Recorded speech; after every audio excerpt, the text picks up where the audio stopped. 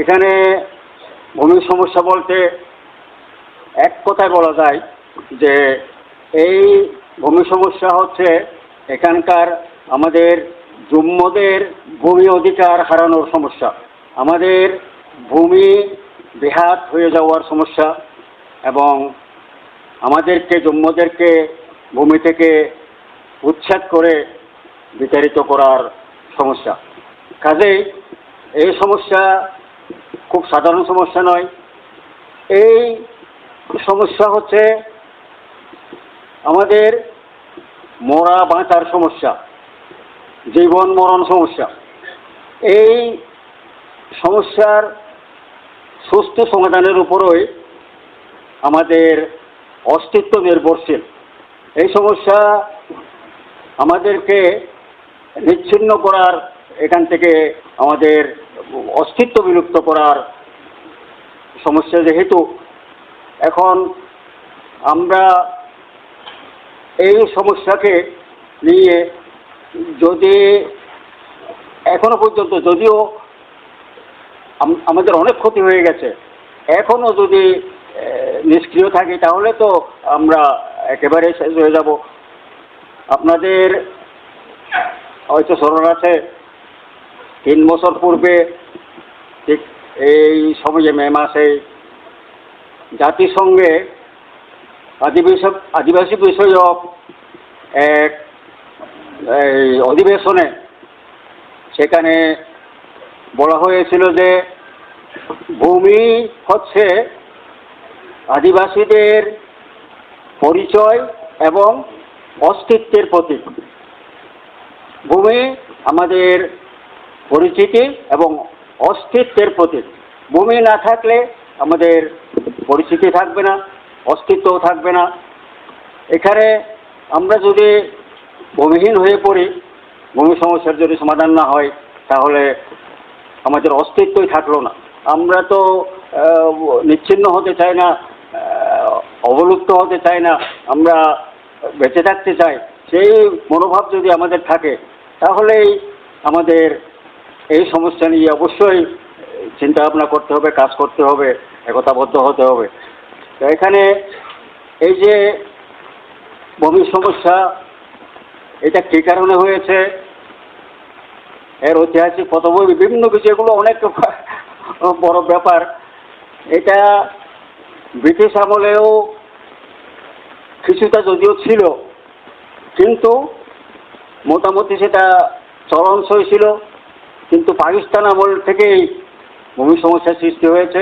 পাকিস্তান আমলে যখন এখানকার আইন কানুন উপেক্ষা করে সেই 1900 সালের রেগুলেশন ভঙ্গ করে পাকিস্তান সরকার সেই 1965 দিকে বহিরাগত শরণার্থী এখানে পুনর্বাসন করতে শুরু করে, সেই থেকেই আমাদের ভূমি অধিকার চলে যেতে শুরু করে। এরপরে পরেই পাকিস্তান আমলেও সেই 1900 সালের রেগুলেশন হেরিটেজ ম্যানুয়াল যেটাকে বলা হয়, সেটা সংশোধন করে এখানে ভূমি অধিকার হরণ শুরু করা হয়। আপনারা সকলেই জানেন এক সময় এখানকার জুম্মরা ছাড়া বাইরের বহিরাগত কেউ ভূমি বন্দোবস্তি নিতে পারতো না, ভূমি কিনতে পারতো না। এইগুলোর ব্যাপারে খুব কড়াকড়ি ছিল। এমনকি এমন এক সময় ছিল যখন কোনো বহিরাগত হিল ট্যাক্সে অবাঞ্ছিত হয়ে যায়, তখন ডিসি সাহেব তাকে 48 ঘন্টার মধ্যে বহিষ্কার করতে পারতেন। এই সমস্ত বিধানও ছিল। তো এগুলো সব উঠিয়ে দেওয়া হয়েছে, সংশোধন করা হয়েছে হিল ট্যাক্স ম্যানুয়াল, এবং ভূমি অধিকারও আমাদের হরণ করতে করতে এখন এমন অবস্থায় গিয়েছে যে ভূমি অধিকার বলতে একেবারেই নেই। আমাদের এখানে আমরা দেখতে পাই যে সেই হিল ট্যাক্স ম্যানুয়াল অনুসারেও ভূমির আমাদের এখানে প্রথাগত ভূমি অধিকার যেটা, কাগজপত্র দলিলের কোনো বাড়াই ছিল না। তার মানে এগুলো অপরিহার্য কিছু নয়। দখলটাই ছিল সেই সময় বড় জিনিস। সেখানে কেউ কেউ ইচ্ছা করলে সরকারিভাবে ভূমি বন্দোবস্তে নিয়ে রেকর্ডপত্র করে বকদখল করতে পারতেন, অথবা বন্দোবস্তে না নিয়েও বকদখল করা যায় দখল নিয়ে, এবং যেটা শুধু হ্যান্ডম্যানকে জানিয়ে দখল করা যায়। এভাবে তখন হিল ট্যাক্সে ভূমি যা ভূমি ছিল সবই জুম্মদের মালিকানা, সব ভূমির উপরই জুম্মদের মালিকানা ছিল। কতগুলো ব্যক্তিগত নামে ছিল, কিছু দখলে ছিল, আর বাকি সব জমি সামাজিক সম্পত্তি। সমাজই মালিক তার সেই সম্পত্তি, সামাজিক সম্পত্তি। সেই সামাজিক সম্পত্তিতে সেই জঙ্গলের গাছপালা থেকে আরম্ভ করে বিভিন্ন সম্পদ, সেগুলো সবই তাদের সম্পত্তি। এই যে সামাজিক সম্পত্তি আমাদের, এটা কিন্তু শুধু এই আমাদের হিল ট্যাক্সের ব্যাপারে নয়, অন্যান্য আদিবাসী যারা আছে জম্মু, বিভিন্ন জায়গায় পৃথিবীর অন্যান্য দেশেও তাদেরও এই অধিকার আছে। এখানেও আমাদের সেই এই যে এখন বলা হয় খাস জমি, এক সময় সরকার থেকে এই ভূমি মন্ত্রণালয় থেকে বোধহয় খাস জমি কীরকম আছে এটা জানার জন্য হ্যান্ডম্যানদেরকে চিঠি দেওয়া হয়েছিল, কিন্তু হিল ট্যাক্সে খাস জমি আছে এটা আমরা স্বীকার করি না। খাস জমি বলতে কিছুই নাই, সবই আমাদের জুম্মদের মালিকানাধীন জমি। এখানে আমাদের সামাজিক সম্পত্তি। অন্যান্য জেলাতে খাস জমি ডিসি সাহেবের 1 নম্বর খতিয়ানে থাকে, সেগুলো খাস জমি, সেগুলো ডিসি সাহেব ইচ্ছে করলে বন্দোবস্তি দিতে পারেন, কিন্তু এখানে সেরকম কোনো খাস জমি নাই, সব জমি আমাদের সমাজের সামাজিক সম্পত্তি। তো কাজেই এই আমাদের এই যে অধিকার, সামাজিক সম্পত্তির অধিকার, এটাও হরণ করা হয়েছে। এখন আর কিছুই নাই, সব সামাজিক সম্পত্তি বেদখল হয়ে গেছে, সরকার দিয়ে দিচ্ছে। এছাড়াও বেআইনিভাবে আমাদেরকে উচ্ছেদ করার জন্য এক সময় তো গোপনে এটা করা হয়েছিল, পরের দিকে তো আর এটা গোপন থাকে নাই।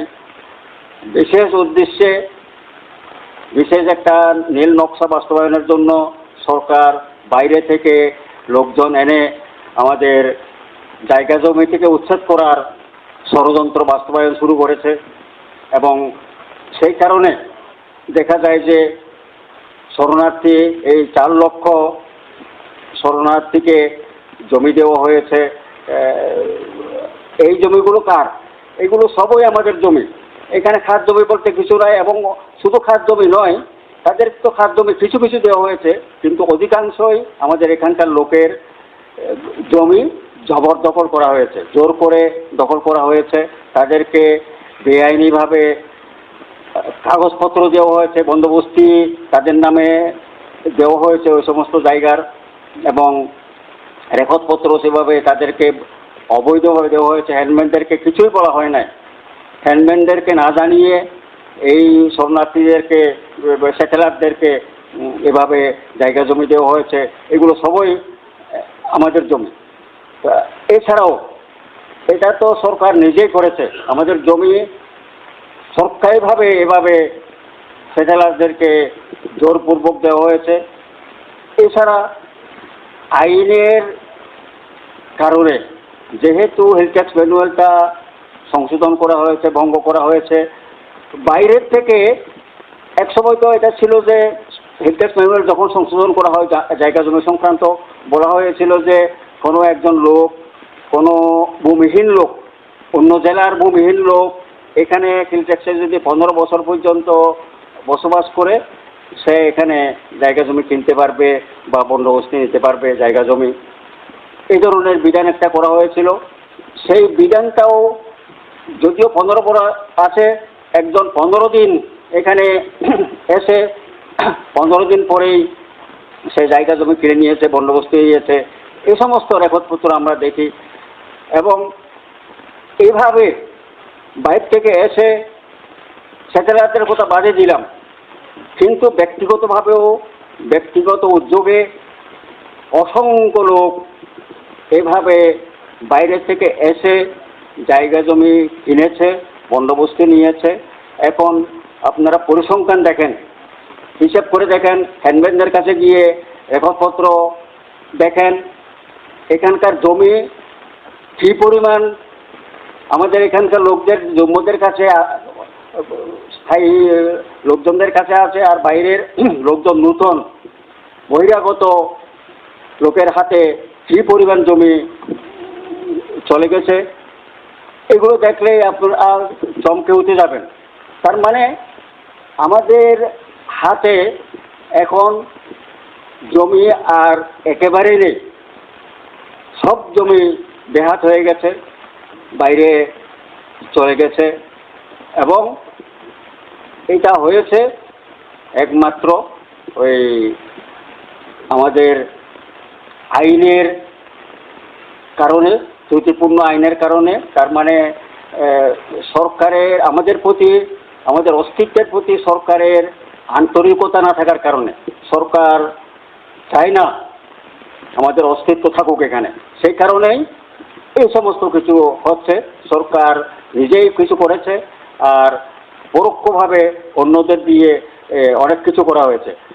অথচ সরকারের এটা খেয়াল রাখা প্রয়োজন যে আমরা এখানে জুম্মুরা আমাদের ঐতিহ্যগত চিরাচরিতভাবে এমন কিছু অধিকার আছে, যে অধিকারগুলো, এই ভূমি অধিকার সহ যে অধিকারগুলো হরণ করার ক্ষমতা তাদের নাই, সরকারেরও নাই। কারণ এগুলো, এই সমস্ত অধিকার, জুম্মদের এই যে ভূমির উপর যে অধিকার, ভূমি অধিকার, এটা আন্তর্জাতিকভাবে স্বীকৃত অধিকার, জাতিসংঘ কর্তৃক স্বীকৃত অধিকার। আমরা শেষ হয়ে যাচ্ছি, এই অবস্থায় আমরা নীরব থাকবো কেন? আমরা তো এখন নীরব আর থাকতে পারি না। কাজেই আমাদের সময় এসেছে যে এখন আগের থেকে আরও বেশি সচেতন হওয়ার। এটা বর্তমান সময়টা হচ্ছে আমাদের সবচেয়ে বড় খারাপ সময়, সবচেয়ে খারাপ সময়, দুঃসময়, বিরাট একটা সংকট সময়ে আমরা আছি। তো কাজেই এই অবস্থায় আমাদের মধ্যে এখন এই নিয়ে অনেকেই কাজ করতেছেন, বিভিন্ন সংগঠন কাজ করতেছে, কিন্তু এই সমস্ত কাজ আরও বাড়ানো দরকার। বিভিন্ন সংগঠন, পার্টি, রাজনৈতিক দল থেকে শুরু করে সামাজিক সংগঠন, এদের আরও বেশি এগিয়ে আসা প্রয়োজন।